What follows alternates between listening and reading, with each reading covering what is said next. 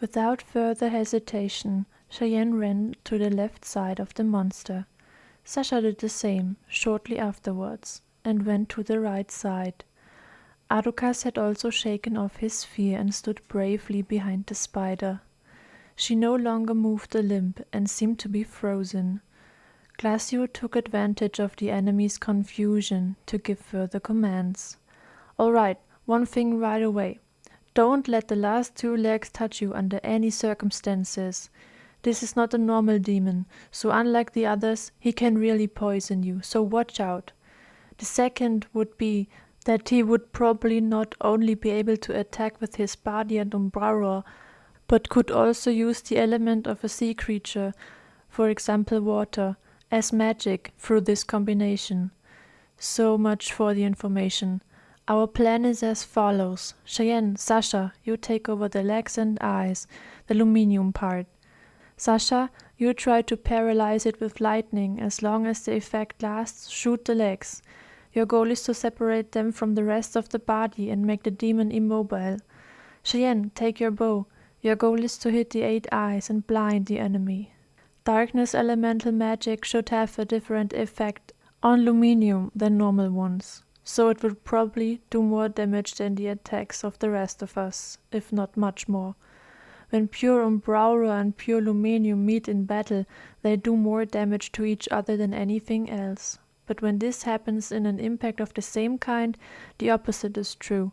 Only when the forces are peaceful with each other, they can harmonize, as in our bodies, for example. This principle also applies to each other.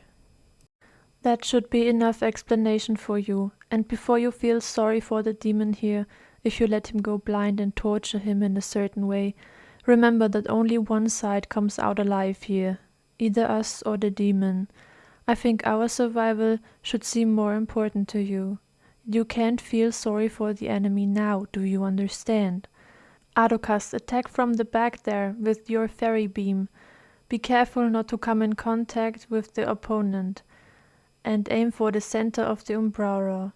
I take care of the front of the black body. I hope everyone has understood. There was nothing to add to that, and Cheyenne wasn't even sure if there was a better plan than this. Not even if the smartest strategist were to work on it, because he might not even come up with Glacio's idea in such a short time, and would need significantly longer for exactly the same plan. I think everyone understood their task. Glacio explained it in detail and precisely enough. Luckily the monster isn't moving right now, so he had enough time to tell us what to do. But I don't know if this rest phase is so good. Maybe it's just gathering its strength. So it's really a demon. I knew it, but Glacio said it wasn't an ordinary one. Oh, now is not the right time for questions, and I have to concentrate. On to my task of hitting its eyes and to blind the thing there. How cruel. But Glacio is right. There are only 2 possible endings. Either we survive or the demon. Cheyenne grabbed her bow and took aim at one of the eyes. These were all different sizes, and since she was trembling, she chose the largest of them on her side for the beginning. I can't miss the luminium eyes. If my arrows hit the Umbra area next to it, the monster will surely use them in its favor, just like the Aqua Tigris demon did earlier. But as Cheyenne was about to fire the arrow, the opponent tore his front legs and scissors in the air and roared loudly. The scream caused pain in the ears, it sounded so shrill. Then the fight really began, because the monster fell into a wild movement. It didn't hold a single limb still anymore and stalked forward to attack the healer. It gave him no rest and let his legs crash down on him continuously. Glacio dodged skillfully but steadily narrow. It wouldn't go well for long, but he couldn't do more because a blocking maneuver would not withstand the strength of the demon. Cheyenne tried her best to lock onto her target again, but the blade claws kept getting in her way. The monster spun around in front of her eyes and made no move to stop. That's not going to work! Hold still! The girl didn't want to risk missing. The situation was too dangerous for that. Fortunately, Cheyenne was not alone, and her best friend was able to successfully paralyze the enemy with one of her lightning bullets. The latter no longer moved quickly, just twitched his legs a little and growled, incredibly angry.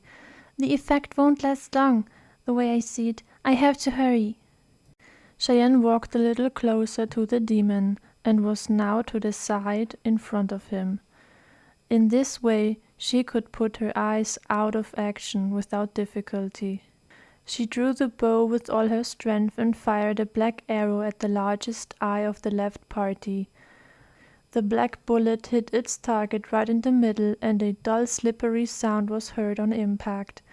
The monster screamed, and tried with all of its might to shake off the paralysis and remove the arrow from its eye, which was already dissolving again.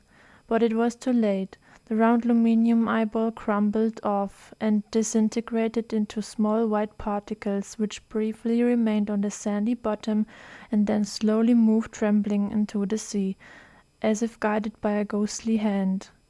Presumably after some time they would reunite and embody a demon again. The agonizing scream was almost unbearable for Cheyenne. She had resolved not to feel any pity, but now she threw this resolution far away from her.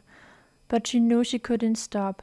She had to hurt the creature further, otherwise it would do the same to her and her companions. The monster would certainly have no sympathy for her, but she just couldn't do anything else. Cheyenne was sorry that the demon had to endure such torment, even though she loathed him and wished for his death, because she herself wouldn't like it if she were blind, and she was already afraid of the insanely bad conscience that awaited her after the fight. It would be much easier for the girl if the enemy had no feelings, in this case, or at least did not show them so openly. "I have to pull myself together. It won't bother the monster later anyway that it doesn't see anything when it's dead." Cheyenne tried with all of her might to convince herself of the correctness of her action, but she simply did not succeed. If she and her companions wanted to survive, she would have to pay the price of a tormenting guilty consciousness that added to the sins that she had already committed. Will haunt her forever and will grow over time. Compassion and good-naturedness stood in her way once again, but she decided not to hesitate in this fight any longer, even if the doubts would look over her shoulder. At least she could not abandon her companions now. Cheyenne fired another arrow at the second largest eye on the left side of the spider. Again the target was hit, the aluminium crumbled to the ground, and the dull sound was followed by a shrill, tortured scream. Meanwhile the eight-legged creature was further weakened by Aduka's and Glacio's magic, and Sasha's lightning bolts were able to keep him in the paralyzed state. The young woman changed the type of attack at regular intervals and took on one of the two rearmost poisonous legs, which also carried a large part of the spider's total weight. She just shot a bullet at the leg, which exploded in a large-scale explosion, and thus finally separated the long, thin limb with the pointed lance-like end from the rest of the body. It fell down and split into aluminium particles, which danced on the ground and then disappeared into the sea. The spider crab briefly lost its balance and almost toppled over. Everything seemed to be going well, and more umbral particles rose from the middle body towards the sky. Cheyenne aimed again, and another black arrow hit an eye. Now it had become too much for the demon. He roared louder than ever before and freed himself with a jerky movement from the paralyzing lightning that surrounded him. He whirled with a pair of scissors and tried to hit Cheyenne with it, who backed away in fright, and so the target was missed by a hair's breadth. The girl felt the breeze on her skin that the attack had caused and shivered briefly. The spider now tore up the left blade scissors and focused Umbraura on this point, which became a large water ball after a fraction of a second, and threw it directly at her attacker. The blue accumulation of magic was approaching so fast that Cheyenne couldn't avoid it when she realized what was happening. There was only enough time to close her eyes, then the water ball hit her with full force and knocked her back a few meters. This time the girl hit the sand so violently that it could not cushion her fall, and she landed roughly. Her body slid back a bit until it came to rest on her back. She couldn't breathe at first. The pain was hard to bear. The feeling was comparable to the one you had when you fell from a balcony, landed on your stomach, and then landed on your back again, when you fell again from a not so high place, or when you were pushed forward forcefully against a wall and someone then grabbed you and threw you to the ground with full force. Cheyenne was soaked from the stale, salty, and foul-smelling water and was gasping for air. She could feel every single rib, but she hoped nothing was broken. Her lungs hurt badly, and she could hardly breathe. The hard impact did not allow it. Her body was shaking, her heart started beating again after a dropout, but at a much too fast pace. In pain she tried to stand on her side and coughed up water. Slowly she got her breath back again, but her lungs remained in a bad condition and continued to torment the girl. Cheyenne's vision was blurred, and she only faintly heard the noise of the fight behind her. She felt dizzy and unable to stand up, but just because she was in a bad way, she couldn't abandon her companions now. She had to pull herself together and keep fighting. "Oh, I didn't know the fights were so exhausting, and that magic can be so damn strong. Sasha and Glacio must think I'm a weakling when I say I'm in pain. I bet they've been hit by such attacks many times. I have to try to get up. I can't let them down now." Cheyenne was breathing heavily and panting. Willpower, greatest effort, and charity finally enabled her to rise painfully, raise her bow, which she had not let go of during the water attack and held in her hand, and aim at the last small eye on the left side. Her concentration had almost completely disappeared, and she still had a hard time seeing clearly. Her arms trembled and hurt too much to fire an arrow. The girl dropped her bow and gasped for air. "If I get closer, it will be easier to hit an eye." Cheyenne, putting one foot behind the other, trudged slowly towards the spider crab. She didn't even know which pain was greater, the one in her back, the one in her legs, or the one in her head.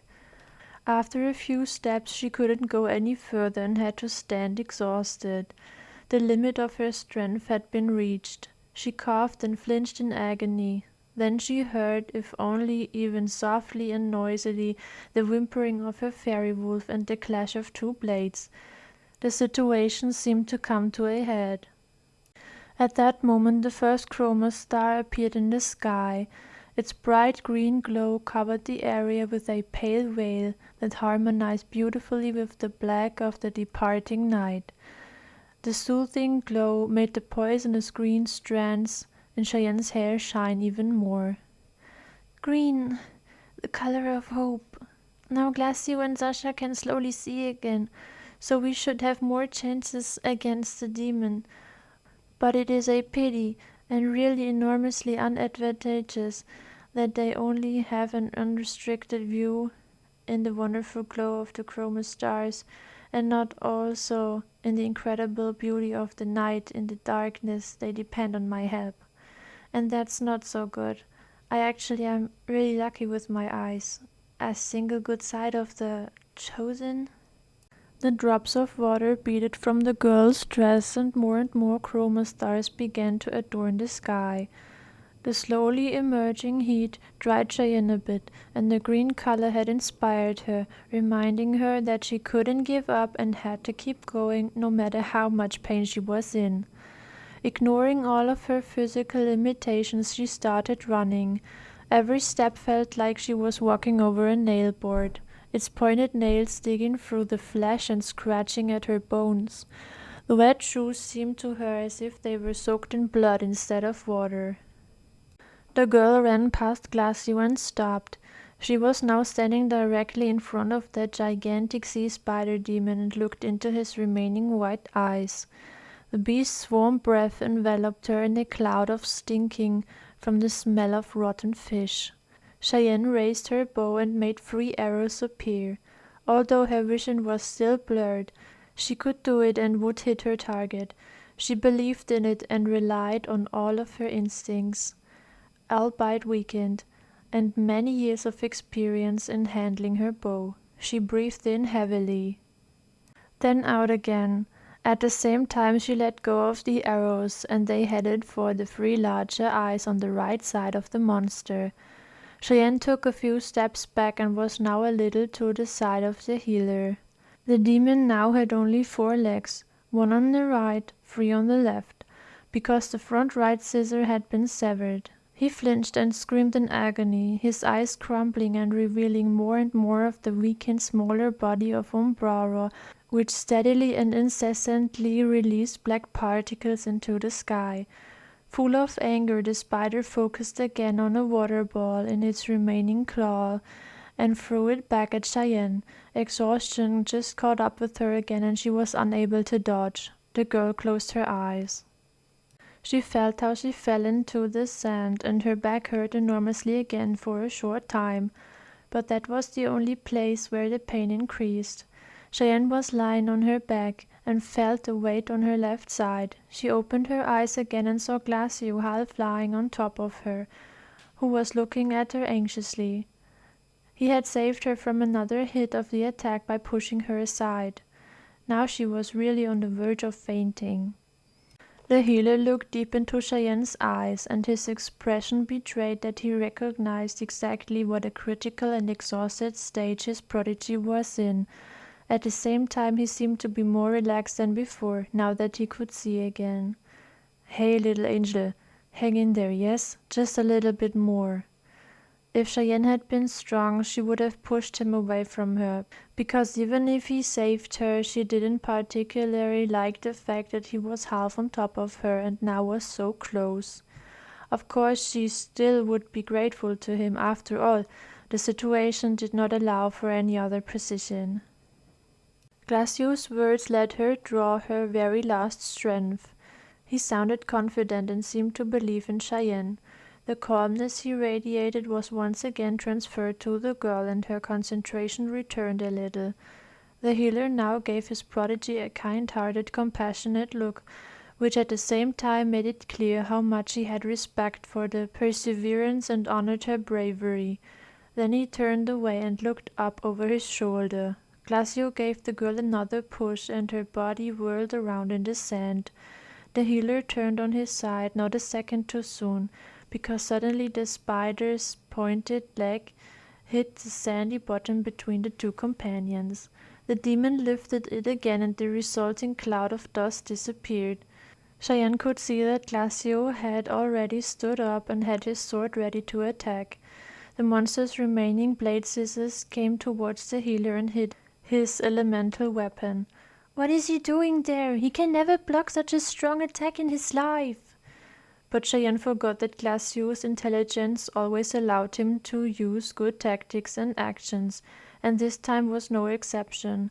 Instead of blocking, the healer held the blade of his ice sword at an obtuse angle to the sea spider's guillotine claws hitting it, causing it to slip off, and their failed attack caused the 8-legged creature to lose balance. The opponent fell forward, picked himself up again, and roared angrily.